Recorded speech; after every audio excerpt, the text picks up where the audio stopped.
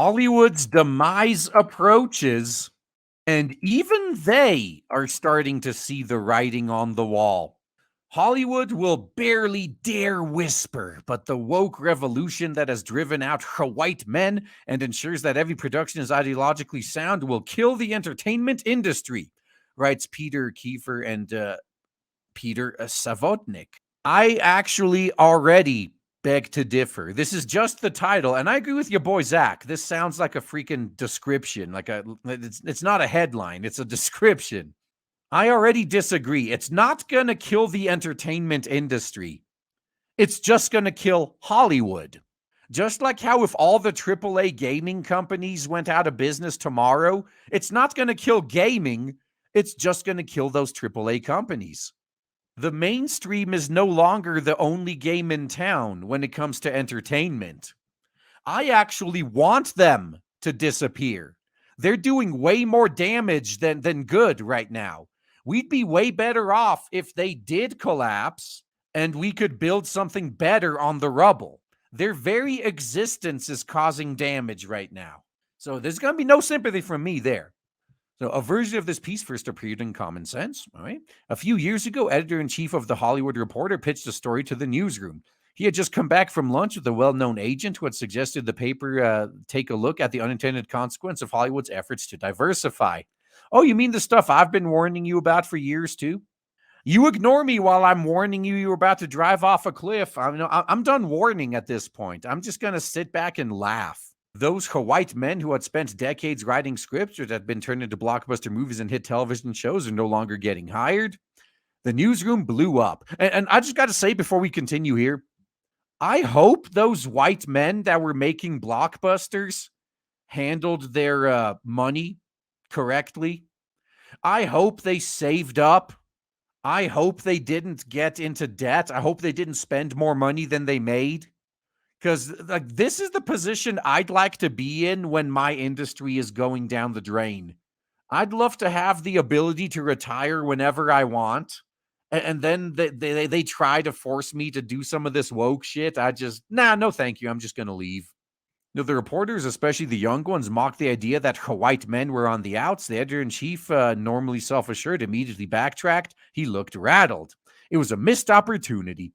The story wasn't just about white guys not getting jobs, nor was it really about the economics of Hollywood, which is all about tax evasion. It was about the stories Hollywood told and distributed and streamed on screens around the globe every day.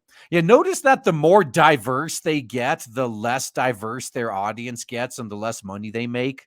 That's the funniest part of this whole situation to me. It was about this massively lucrative industry that had been birthed by outsiders and emerged out of lemon groves into a glamorous, glitzy mosh pit teeming with chutzpah and broken hearts and unbelievable success stories that had made the American dream real. A pulsating thing for Americans and billions of other people who thought that if you could imagine something, anything, you could will it into being.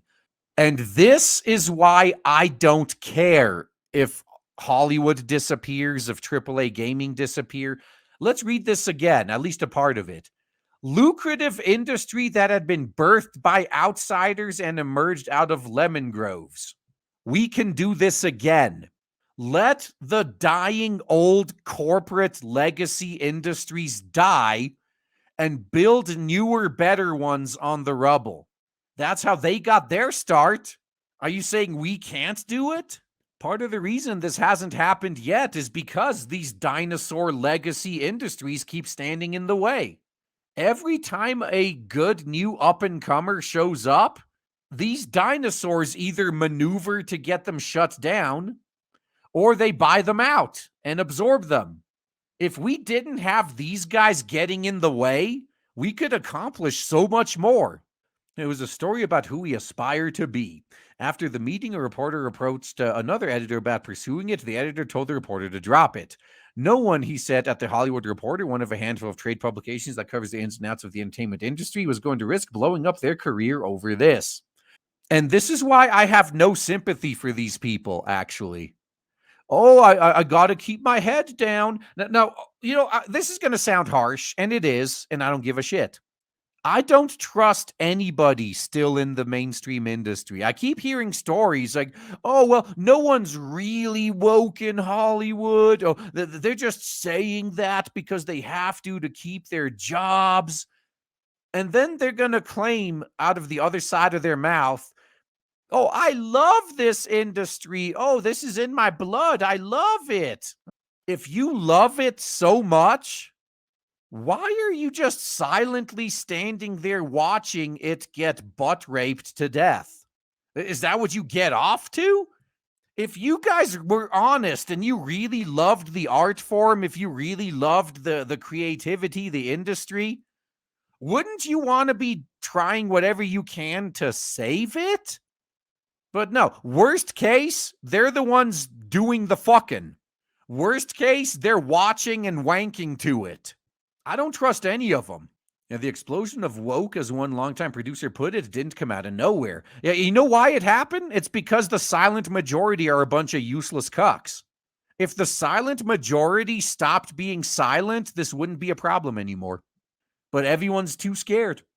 Hollywood has always pushed the boundaries from 1947 Gentleman's Agreement, which confronted anti-Semitism, to Guess Who's Coming for Dinner in 1967, which tackled interracial marriage, to All in the Family in 1971 1979, which grappled with race and women's liberation. The original run of Will and Grace from 1998 to 2006 did more to advance the cause of gay marriage than anything else pre-Obergefell. I agree. It really did. And then there were the villains. The vast majority, from the Terminator to Hannibal Lecter to Gordon Gekko, were uber white. An Austrian robot, a Lithuanian, a waspy with a pinstriped capitalist. From the Insider's List, see the Hollywood Reporter. But it wasn't until current year -7, when the Oscars So White controversy engulfed the 87th Academy Awards, that the studio chiefs and producers really started to rethink how they do business. This gained momentum in current year -6, and even more than with late current year -5 with Pound Me Too. It started falling apart in 2015. 2016, they smelled blood, so they doubled up. Pound Me Too was one of the death blows, to be honest. Then came George Kirby and the Summer of Love in current year -2, where everything happened in slow motion started to happen much faster. The Academy of Motion Picture Arts and Sciences, the industry's central nervous system, had been founded in 1927, and now it had 8,469 voting members. It had tried over the years, especially since Orange Man's election, to catch up with the zeitgeist, inviting into its ranks a record number of new members who were Black, Latino, Women's, or foreign-born. But that wasn't going to cut it any longer. And guess what? I don't care. Let them destroy themselves if that's what they want so much. You could always tell the woke to shut the fuck up and go away. Others have successfully done so. If you choose not to, you deserve to go broke. No sympathy. So in September of current year -2, the Academy launched its Representation and Inclusion Standards entry platform. For a movie to qualify for Best Picture, producers not only had to register detailed personal information about everyone involved in the making of the movie, but the movie had to meet 2 of the Academy's 4 diversity standards, touching on everything from on-screen representation to creative leadership. An Academy spokesman said only select staff would have access to data collected on the platform. Until it gets hacked. The Academy explained movies failing to meet these standards would not be barred from qualifying for Best Picture until current year +2. Imagine if these directors decided that, instead of making Oscar bait, how about I just make a good movie? This wouldn't even matter. But producers are already complying. In current year -2, data from 366 productions were submitted to the platform. Meanwhile, CBS mandated that writers' room had be at least 40% Black, Indigenous, or people of color for current year to current year -1 to current year broadcast season, and 50% by current year to current year +1. ABC Entertainment issued detailed series of inclusion standards. I guarantee you every studio has something like that, the longtime writer and director said. Meanwhile, Japan is coming in and just eating America's lunch. Hey, all these unserved customers, we'll take them. To help producers meet the new standards, filmmaker Ava DuVernay, who was recently added to a Forbes list of most powerful women in entertainment, sadly, along with Oprah Winfrey and Taylor Swift, last year created the Array Crew, a database of women's POC and others from underrepresented groups to work on data production, line producers, camera operators, art directors, sound mixers, and so on. I'm a Slav. I should get on that list. The Hollyweird Reporter declared that Array Crew has fundamentally changed how Hollywood productions will be staffed going forward. If you're a white man, use this as a warning, okay? If you're a white man and you're already in Hollywood and you haven't been disposed of yet, start planning your exit if you haven't been already. If you are a white man looking to get into Hollywood, start considering an indie career or something similar. And then when this whole thing collapses and you're the only one left standing and they're begging you for work, don't give it to them. Now, I've said this before. I am not going to give like a 17th chance to someone who's already proven to be a bad actor when there's a line out the door of people waiting for their first chances. We don't need these people. They got nothing of value. So more than 900 productions, including Yellowstone and Mayor of Easttown, have used Array Crew, and Jeffrey Tobler, Chief Marketing Officer of Array, DuVernay's production company. Privately, directors and writers voiced irritation with DuVernay, who they said had exploited the post-George Kirby moment, but no one dared criticize her openly. I'm not crazy, one screenwriter said. And this is why you fuckers deserve what you get.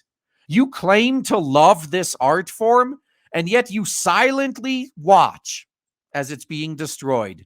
Oh, everyone believes the way I do. We're just all afraid. Oh, like if the 99 of us speak out, that one person will be mad at us. Once you're done collapsing your industry, don't come to us, is all I have to say. So, of course, Hollywood, like many industries, does have a clubbiness about it, and pretty much everyone on the inside insists it should open up to those who had for decades been kept out. You think maybe there was a reason for that? Yeah, but heavy-handed mandates and databases and shifting culture in which pretty much all white men were assumed to have gotten their jobs because they were the right tennis buddies or zip code or skin color raised the possibility of a new kind of clubbiness. When asked whether Array Crew was just replacing one kind of exclusion with another, Tobler sidestepped the question, saying that the organization had sought to amplify underrepresented professionals. And it's going to end up just like in college.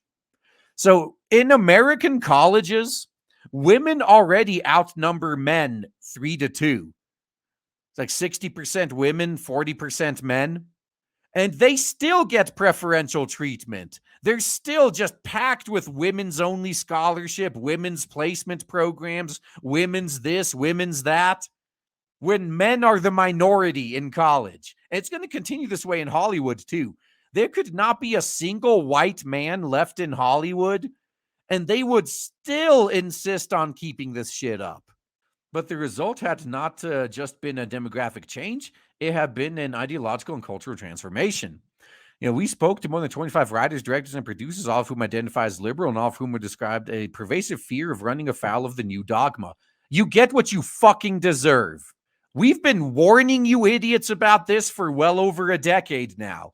Just sit back and laugh. Laugh as they eat their own. Now, this was the case not just among the high command at companies like Netflix, Amazon, and Hulu, but every level of production. How to survive the revolution by becoming its most ardent supporter. Yep.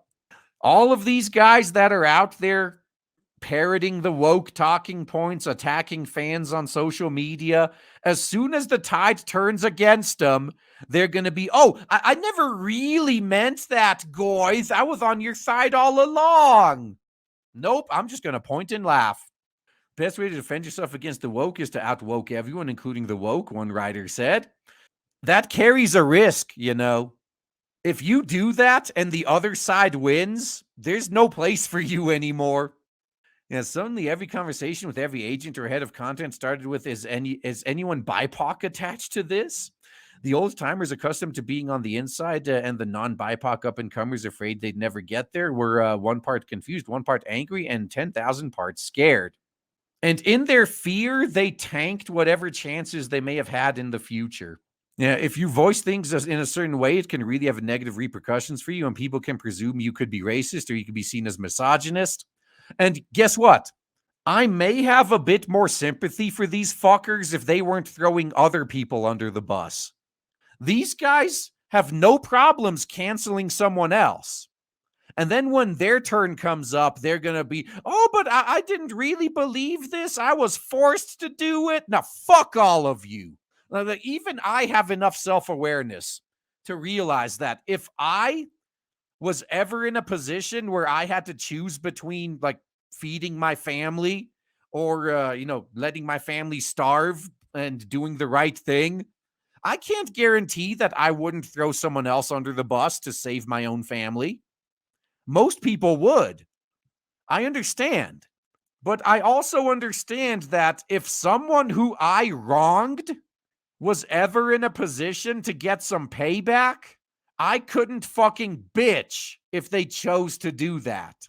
Like, if I threw someone else under the bus to save my own ass, and then 5 years later, that person is in a position of power over me, no hard feelings if they remembered what I did to them, because I'd fucking deserve whatever it is they dish out. But these guys don't understand that second part. No, Howard Koch, who had been involved in the production of more than 60 movies, including classics such as Chinatown and Marathon Man, and is the former president of the Academy of Motion Picture Sciences or Arts and Sciences, said, "I'm all for alphabet soup and Native Americans, blacks, females, whatever minorities that have not been served correctly in making content, whether it's television or movies or whatever, but I think it's gone too far. Racist!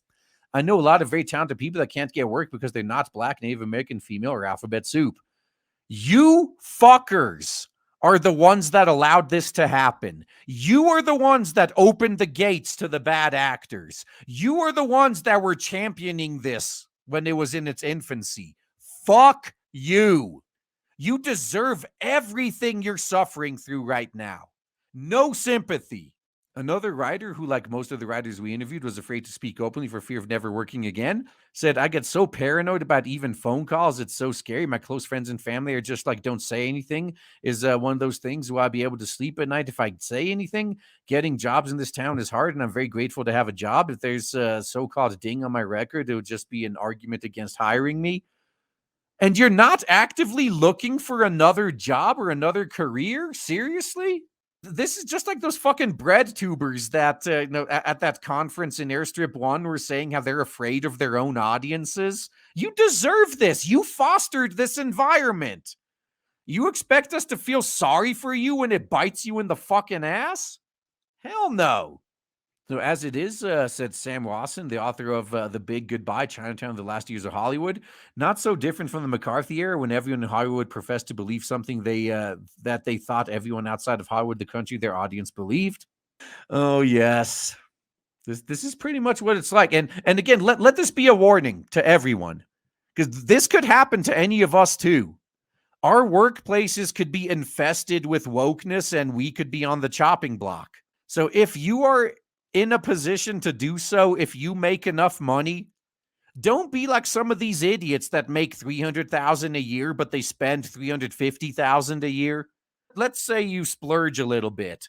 All right, so spend $80,000 and save $220,000. That's all you need to do. Just don't spend all your damn money. Again, unless you're living paycheck to paycheck, like that's a different circumstances. But if you're lucky enough to be making decent money, like do what Asmongold did. He's a multimillionaire, but he still lives the same way he did when he started streaming. Like that's what you need to do. So then if you ever lose your job, you'll have years of fucking pay that you're sitting on. Hollywood was never anti-communist. That's obvious. They were always communist. It just pretended to be. In fact, Hollywood was never anti or pro anything. It was show business. There's no morality here. And that's why I have no sympathy for any of them, to be honest. I know it's all just an act. Like these fuckers, like they seriously, when this turns against them, when the pendulum swings the other way, they're all going to come crying with their sob stories. Like, oh, I was just pretending to be woke to keep my job. Oh, just like how you're pretending now, telling me what you think I want to hear just so you can get another job? No, we can't trust you morons. So that amorality coupled with a finely tuned sense of what the audience is hungry for, what's trending, has left Hollywood more susceptible to the vagaries of the culture war. This is actually wrong.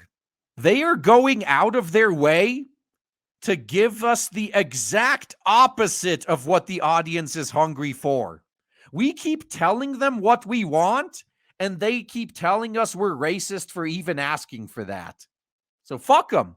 Now they'll just say, sorry, diversity quotas were not allowed to hire you, said a 48-year-old white male comedy writer who was recently dropped by his agent.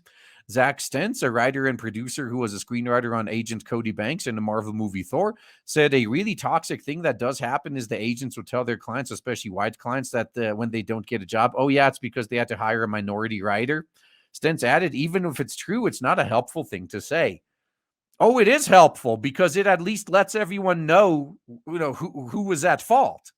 And these are the people, by the way, that you shouldn't be mad when these people turn to quote unquote enemies of the US, like Russia, China, for example. If their own country sunk a knife in their fucking back and then a quote unquote enemy approached them with open arms and offered them a job, can't be mad at them for taking it.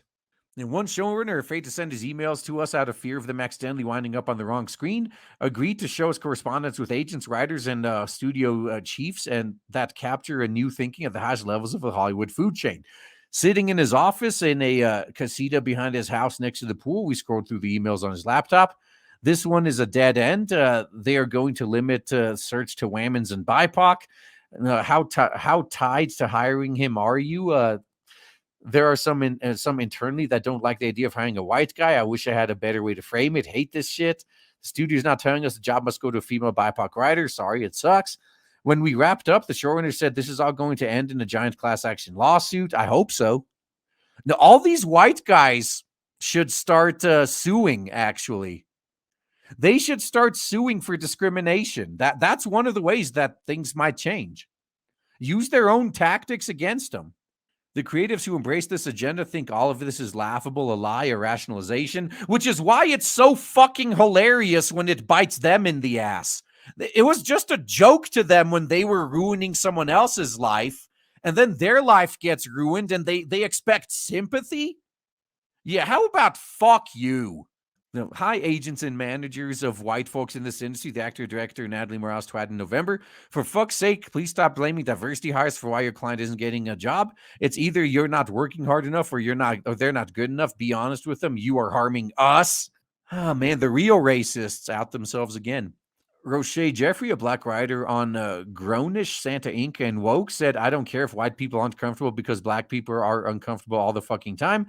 I can't tell you how many times I've had to bite my tongue so as not to offend white sensibilities, so I don't give a shit if they're nervous. Yeah, that's going to make them like you a whole lot more, isn't it? The showrunner said that new politics is making it hard to get work done. He added that human resource departments at the studios and streaming services are awash in complaints directed at white male showrunners just for doing their job. It's gotten to the point that I won't give notes on my script any longer to a woman or a person of color. They're actually creating racism and segregation while claiming they're the anti-racists. Stentz said he hasn't run into any problems with young millennial staffers with more, shall we say, of a social justice emphasis, but he added, I know other people have had less happy experiences. The writer's room is supposed to be smart, funny, nasty, a little body, and that kind of place where people can make jokes and riff and wonder aloud and vomit out ideas that might become an unforgettable scene. Another showrunner is mid-50s, white male, unfortunately, said you are not allowed to pick your staff anymore, and studios won't let you interview anybody who isn't a person of color. So if you are a showrunner, you should have decent money, okay? All you need to do is leave. Just retire early. Fuck them. If all the most talented people left Hollywood, this problem would solve itself. It really would. No, he added the culture of documenting even the slightest of slights makes him anxious. I'm sitting in a room trying to run a show with a collection of people I don't totally trust. That was the point. You're supposed to be uncomfortable. And remember, it's going to be this way in every industry. These legacy industries are going to tank themselves by doing stuff like this. And then they're going to come to us who are making our own stuff. And they're going to try to invade us too. So guys, gatekeep. Hold the line. You saw what happened to the last industry that let these fuckers in. If you see them trying to worm their way into all of the new places we're creating, stop them. Unless you want to fail, in which case you're more than welcome to. But we're going to be watching too. Anyone who holds the gates open to the Trojan horses, You're not going to be welcome at the next fortress we have to build. The politicization of content production, creative said, was going to be the industry's death knell. It could not come fast enough, too, because what gets me is this industry can't just die peacefully. They have to drag everyone and everything else down with them, kicking and screaming. I would be indifferent towards Hollywood if they weren't actively going after and trying to destroy anime right now. I want them to go out of business faster so that they leave anime the fuck alone. The faster Hollywood goes out of business, the less damage that'll be done to anime. So I actually want them to disappear faster. No, especially this past year, ideology has become more important than art. Quentin Tarantino said in June on Bill Maher's show, it's like ideology trumps art, ideology trumps individual effort, ideology trumps good. Exhibit A, woke. Uh-oh. The comedy series, which premiered on Hulu September current year -2, should have been a statement on America right now. It's about a black cartoonist who was awakened to systemic racism after a run-in with the cops. The show started off on the right foot. The showrunner, Aisha Carr, and the writer's room she oversaw delivered a strong batch of early scripts, according to several writers on the show. Then the producers weighed in. The notes were also sanctimonious, one writer said. It was never supposed to be as serious as it was. We wanted a thought-provoking show that made fun of woke culture and explored the notions of what a black artist's life would be like in San Francisco among white liberals, but we could only punch down at the safest targets, white men. And that's actually why all these minority characters are so bad, because they're not allowed to have any flaws, because that's racist. So they're all just bad characters. The irony was not lost on anyone. The black writers, starting with Carr, were more willing to take risks and poke fun at anti-racist orthodoxy, or racism as it really is. This led to creative differences, and soon Carr, a black woman, was out. She was replaced by Xander Lehman, a white man. Yeah, isn't that great? They replaced a black woman with a white man because she wasn't woke enough for them. Who were the racists again? Then Lehman was out too, replaced by Jay Dyer, who was black.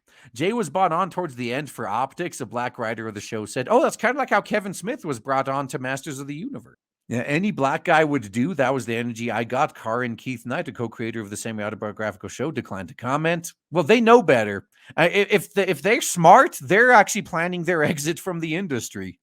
The quality of the script suffered, and the show, which premiered in September of current year -2, landed a 53% green splat average audience review on Rotten Tomatoes. In late current year -2, Hulu renewed Woke for a second season. It also replaced Dyer with a fourth showrunner, Anthony King, who was white. King did not reply to an email seeking comment. Kevin Parker, a black talent manager at Artists First, said the skeptics missed the point. The whole diversity thing, it's about money, Parker said. Thank you. Artists First represents some of the most successful black people in Hollywood, including Jordan Peele, Tiffany Haddish, Regina Hall, Kenya Barris, and the creator of Blackish, and Marshall Todd, co-creator of Woke.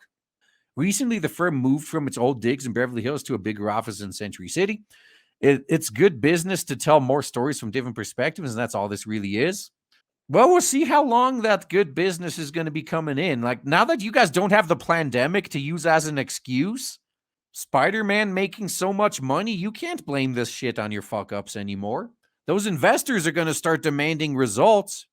Shows like Donald Glover's, or Don Glover's, award-winning Atlanta, Issa Rae's Insecure, and Michaela Cole's I May Destroy You, part of this new investment. First two episodes of Atlanta, which aired September 6th, current year -6, reeled in 1.6 million views, surpassing the record for basic cable comedy premiere previously held by Inside Amy Schumer. Amy Schumer is your... Wow. Man, these guys, you see what they're doing here? Like, oh, look, I was the most successful thing on a dying platform at that time. Congratulations, you want a fucking cookie?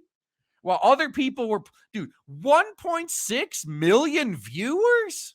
PewDiePie gets that much in like an hour when he puts a new video out. Is this your massive fucking success? What is wrong with you? Insecure just wrapped up a 5-season run. Maybe it's 15% the belief that will bring more people into viewing content, 85% about the fear of being attacked on social media in places like Hollywood or a place like the New York Lies, a writer and producer said.